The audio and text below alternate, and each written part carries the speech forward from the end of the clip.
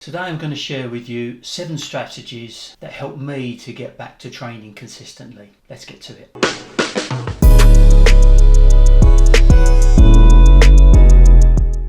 I haven't trained for 6 days now. I'm proud of it. That's the way it is. That was me 3 months ago, and 6 days before that I just had 2 cortisone injections, 1 in each shoulder. The first 2 days I was unable to train. I couldn't lift, I couldn't even run because of the pain. But on the 3rd day, it was the best I'd ever felt. But I still didn't train. Why was that? After being in hospital for such a long time, I should have been chomping at the bit to get out there and train. But I didn't. I was scrolling through my phone, having the extra cup of coffee, procrastinating in any way I could. I'd watch YouTube after YouTube video, thinking that I could inspire myself to do some training. But I didn't. Why was that? It was all beginning to be a little stop-start, and I knew consistency was the key. I'd lost my flow. I was flowless. Was I always motivated when I was competing? 5 o'clock in the morning runs? In the wet and rain? Hell no. So what was different?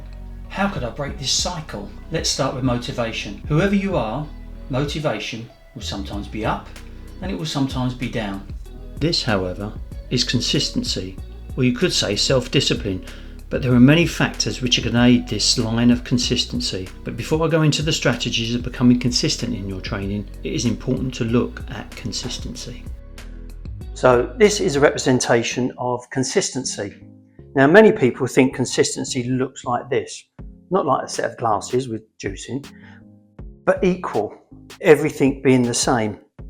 But in reality, that isn't consistency. This is consistency.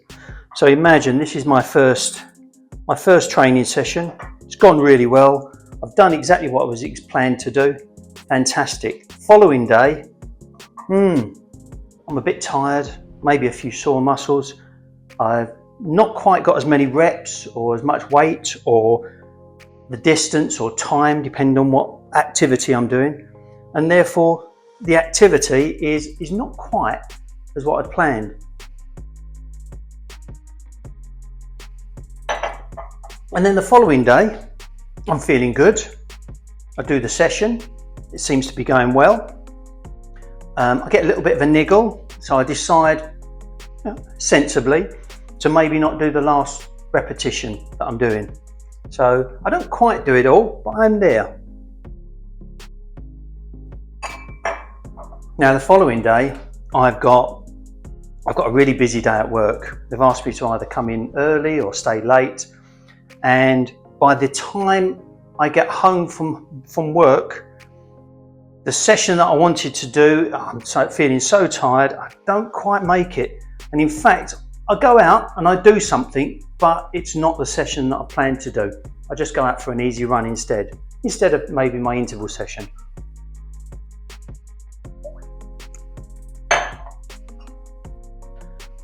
So then the following day, I have a great session. I do really well and everything's going fine. Now that is still consistency, but in reality, and I need a wee now. The problem is, when we start to look at consistency as being perfect, every day being perfect, then we can get despondent. However, if we look at consistency in reality, we should be pleased that we have overcome a number of different difficulties and still trained every day. So, what can we do? Firstly, plan your sessions in advance. My old lecturer used to say, remember the 6 P's. Perfect planning prevents piss poor performance. By writing down what you intend to do, what you're actually doing is you're kind of writing a contract with yourself. Be sure to include what, where, when and why you're completing this training session. By being structured, you won't allow for any flexibility. The less flexibility you have, the less likely you are of not training. When I was competing on the track, the days that I had 3 training sessions planned was somehow easier than when I had an easy recovery run to do and I had the whole day to do it. Make starting a training session as easy as possible by reducing the friction. For example, if you have a morning run make sure you get all your gear together the night before. Get your trainers, what you're going to wear, check the weather so you've got the appropriate gear. If you're going to the gym, pack your bag before you go. If you reduce the friction, you've got less likely a chance of faffing around in the morning, trying to find the appropriate kit and then talking yourself out of the training session. I like to call this one mindful negotiation. It's like being a salesman. Bear with me on this one. What you're trying to do is you're trying to sell this training session to yourself. So if you wake up one morning, you're not particularly motivated, say to yourself, well, you don't have to do it, but what I would like you to do is to get yourself changed. Get yourself into your kit, put your trainers on and step outside the door. If you still don't feel like it, you can come back in. Now, when you get yourself outside, change the narrative. Say to yourself, I'll just run down to the end of the street. And if I still don't feel like it, I'll run back and that will be the end of the session. Now, I've used this a number of times, and by the time I've got down to the end of the street, I've started the session. The 2-day rule is a very simple and effective strategy. What it is you never miss 2 training days in a row. This helps to keep the momentum going, so you don't get into the habit of saying, I missed yesterday's training session, so it doesn't matter if I miss another day's. Having an accountability group or person can really help your consistency. For example, when I was competing for an athletics club, I had a training group, I had a coach, and I felt accountable to them. So if I didn't fancy going training, I would have to call my coach to let him know. And I certainly wouldn't have wanted to give the reason that I didn't fancy it.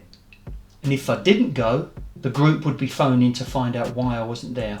An accountability group can be a real asset to keeping you consistent. Having a purpose is a real good way of keeping consistency. For example, you may have an event you're training for, or you may be raising money for charity, or both. Back in 2019, I did my first 100k ultramarathon for the Alzheimer's Society. 2 really strong purposes for me to carry on and be consistent in my training and to get it done. And finally, a training diary. A training diary is a real good way of recording what you've done, and that helps to motivate you to put something else in the diary. And then looking back and seeing how much you've achieved, training diaries are a real good tool for keeping consistent, particularly seeing those sessions gradually build up in your booklet. And by completing the training diary, it can also feed into your planning. These strategies will help you create long-lasting habits, and this is where the real power lies. Professor Andrew Huberman said in one podcast that the more we do hard things, an area in our brain grows neurons that helps us to do hard things. It is in effect our bodies adapting to the challenges we put on it, just in the same way as we adapt our lungs and our heart and our muscles when we train. When habits are ingrained, it is amazing how easy it is to keep training. It just becomes a way of life. On a final note, I still scroll and watch YouTube videos, but I've used a strategy from James Clear's book, Atomic Habits, by linking one habit with another. So when I eat my breakfast, that's when I scroll and watch YouTube videos. And when I finish my breakfast, that's the trigger to stop. Well, I'm out of here. Another training session awaits. I hope this has helped you on your fitness journey. All the best.